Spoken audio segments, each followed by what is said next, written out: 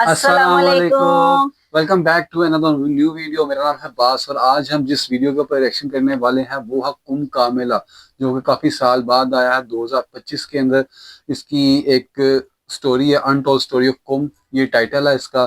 तो इसके ऊपर करेंगे रिएक्शन। अगर आप चैनल पे नहीं है तो चैनल को लाजमी लाइक करें, सब्सक्राइब करें। स्टार्ट करते हैं रिएक्शन। 3, 2, 1 and start. सिर्फ 45 डेज में आने वाले हैं 45 करोड़ से ज्यादा विजिटर्स। 39 होने वाली करोड़ है से ज्यादा लोग आने वाले हैं लार्जेस्ट कुंभ के मेले में। पीसफुल रिलीजियस गैदरिंग, क्योंकि ये आ कोई रहा है आम मेला नहीं होता, महाकुंभ बहुत बड़ा मेला। बहुत बड़ा 2025। मेला होता है। जहाँ अक्सर बच्चे भी घूम जाते होता हैं। कहाँ है ये? जो बचपन में घूमते हैं सिर्फ और 12 साल के लिए जवानी में 12 घूमते हैं। साल बाद कब आता होता है? हाँ, ये तो इतने बात है। लोग क्यों खींचे चले आते हैं और क्या है इसकी अनसुनी कहानियां और एस्ट्रोलॉजिकल कैलकुलेशंस? तो चलिए समझेंगे। कुंभ का अर्थ है कलश, एक पात्र, और विशेष रूप से नेक्टर यानी कि अमृत से भरा हुआ कलश। इसकी डिटेल्स वेदास में श्रीमद् भागवतम 8 कैंटो और स्कंद पुराण में मिलती है। एक बार दुर्वासा ऋषि इंद्रदेव से मिलने स्वर्ग गए। इंद्र अपने हाथी ऐरावत पर बैठे हुए थे, उनको रास्ते में मिले। दुर्वासा मुनि ने इंद्र को देख के खुश हुए और अपनी फूलों की माला निकाल के इंद्रदेव को गिफ्ट की। लेकिन इंद्रदेव ने थोड़ा अहंकार ईगो में आकर वो माला अपने आप से उतार कर अपने हाथी ऐरावत को सूंड पे रख दी।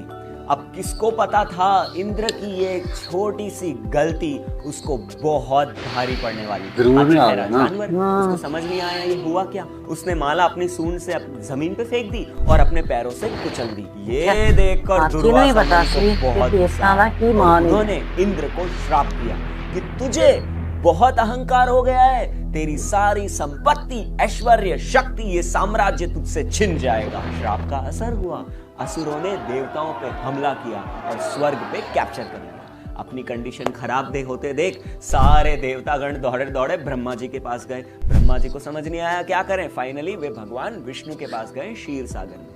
भगवान विष्णु ने उनको सजेस्ट किया कि असुरों की ही हेल्प लो और इस क्षीर सागर का मंथन करो, चर्निंग करो। इससे जो अमृत निकलेगा वो पान करना तुम्हें अजय अमर बना देगा। और फिर अमृत का लालच दिया और देवताओं ने असुरों की हेल्प ली और मंदरा पर्वत को चर्निंग रॉड के जैसे और वासुकी सांप को लपेट के क्षीर सागर को चर्न करना चालू किया। जैसे आपने देखा होगा ना, ट्रेडिशनल वे में छाछ को ये होता था पहले, तो उसमें से मक्खन निकलता है, बस उसी तरह। गाँव वगैरह। तो इस हाँ, तो ये चाटी है, इसमें से लस्सी बनाते हैं, मक्खन पेड़ा। हलाहल विष जो शिवजी ने पान किया और वे नीलकंठ कहलाए। और उसके बाद सुरभि गाय, उच्चैश्रवा घोड़ा, कौस्तुभ मणि, पारिजाता फ्लावर, लक्ष्मी जी, वारुणी और फाइनली भगवान विष्णु के अवतार, आयुर्वेदा के फाउंडर भगवान धन्वंतरी, अमृत से भरा हुआ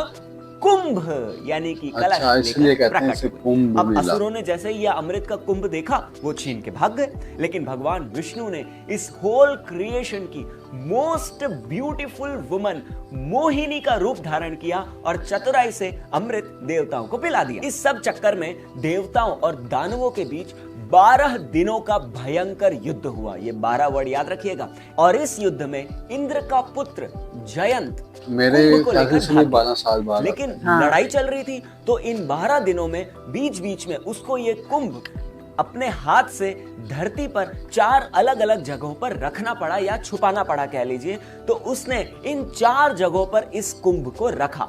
गंगा नदी के किनारे हरिद्वार में, शिप्रा नदी के किनारे उज्जैन में, गोदावरी नदी के किनारे नासिक में, गंगा यमुना सरस्वती के त्रिवेणी संगम पर प्रयागराज में। अब जब जब जयंत ने कुंभ को इन जगहों पर रखा और उठाया तो इसमें लबालब अमृत से भरा हुआ वो कुंभ की कुछ बूंदे वहां पर छलक के गिर गई और नदी के पानी में मिल गई, जिससे सारी नदी का पानी अमृत जैसा हो गया। अब ये रिलेटिव वर्ल्ड है।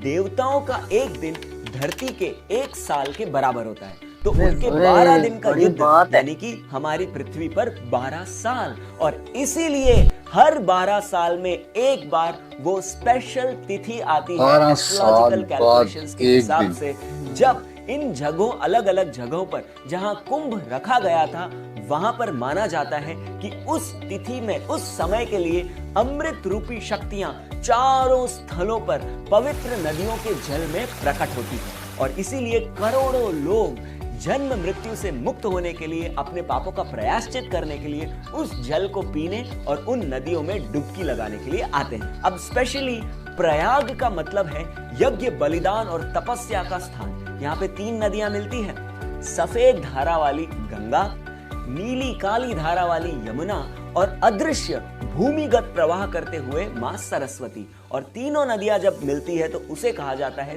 त्रिवेणी संगम। और ये प्रयागराज तीर्थराज कहलाता है, सारे तीर्थों का राजा। कहते हैं कि एक बार डुबकी लगाने से 100 गुना ज्यादा पवित्रता यहाँ पर प्राप्त होती है। शास्त्र कहते हैं कि प्रयाग में प्रवेश करने मात्र से सभी पाप नष्ट हो जाते हैं। इवन चैतन्य महाप्रभु, नित्यानंद प्रभु, श्रीला प्रभुपाद ने भी प्रयागराज विजिट किया। और इस महाकुंभ में स्पेशली राजसी स्नान का बहुत महत्व है। पहले ये शाही स्नान कहलाता था, लेकिन गवर्नमेंट ने अब नाम चेंज करके इसे राजसी स्नान दिया है। कहा जाता है कि इवन देवतागण भी आज तक मानव रूप धारण करके यहाँ पर स्नान करने आते हैं। तो इस बार राजसी स्नान की तिथियां मैं आपको बता देता हूं, जिसे स्नान पर्व भी कहा जाता है। पौष पूर्णिमा 13 जनवरी को, मकर संक्रांति 14 जनवरी को, मौनी अमावस्या 29 जनवरी को, बसंत पंचमी 3 फरवरी को, माघी पूर्णिमा 12 फरवरी और महाशिवरात्रि 26 फरवरी को। इवन यूनेस्को ने कुंभ मेले को वर्ल्ड हेरिटेज साइट डिक्लेयर किया है। तो वही कुंभ को सेलिब्रेट करने, इसे पहले माघ मेला भी कहा जाता था, तो ये कुंभ को सेलिब्रेट करने के लिए जबरदस्त मेला लगता है। यहाँ पर एकर्स एंड एकर्स लैंड में पूरी टेंट सिटी बनाई जाती है सारी फैसिलिटीज के साथ। इवन श्रीला प्रभुपाद भी 1923 से 13 साल तक प्रयागराज में प्रभुपाद ने निवास किया, जहां पर उनकी प्रयाग फार्मेसी थी। और इवन मोतीलाल नेहरू और जवाहरलाल नेहरू, इंडिया के प्राइम मिनिस्टर जो बाद में बने, वो प्रभुपाद के कस्टमर्स ये हुआ करते थे। और प्रयागराज में ही श्रीला प्रभुपाद ने भक्ति सिद्धांत सरस्वती महाराज के गौड़ीय मठ एस्टैब्लिश करने में हेल्प की और यहीं पर उनके गुरु महाराज ने उन्हें हरिनाम और गायत्री दीक्षा भी दी। तो हम सब तो प्रयागराज जा रहे हैं, आप भी इस महाकुंभ में पार्टिसिपेट करने की तैयारी कर लीजिए, देवताओं के साथ स्नान कीजिए। हरे कृष्णा मूवमेंट और इस्कॉन के वीजा नहीं मिलेगा। सो जी गाइस, ये था छोटा सा रिएक्शन। और अगर हम होते हैं तो हम शायद जरूर विजिट करते, लेकिन हमें वीजा नहीं मिलता। ये जो कुंभ का मेला, ये वो मेला है जो माएँ लेके आती हैं और बचपन में बच्चा खो जाता है और वो उस वक्त मिलता है जब माँ बूढ़ी हो जाती है और बच्चा जवान हो जाता है, फिर वो एक दूसरे को देखते हैं। इस तरह यहाँ पे इस मेले में कईयों के मिलाप होते हैं और हजारों की वो मुरादें पूरी होती है। बिल्कुल ऐसे ही है। तो यार गाइस, ये था छोटा सा रिएक्शन। उम्मीद आपको अच्छा लगा होगा। मिलते हैं आपको नेक्स्ट वीडियो के लिए।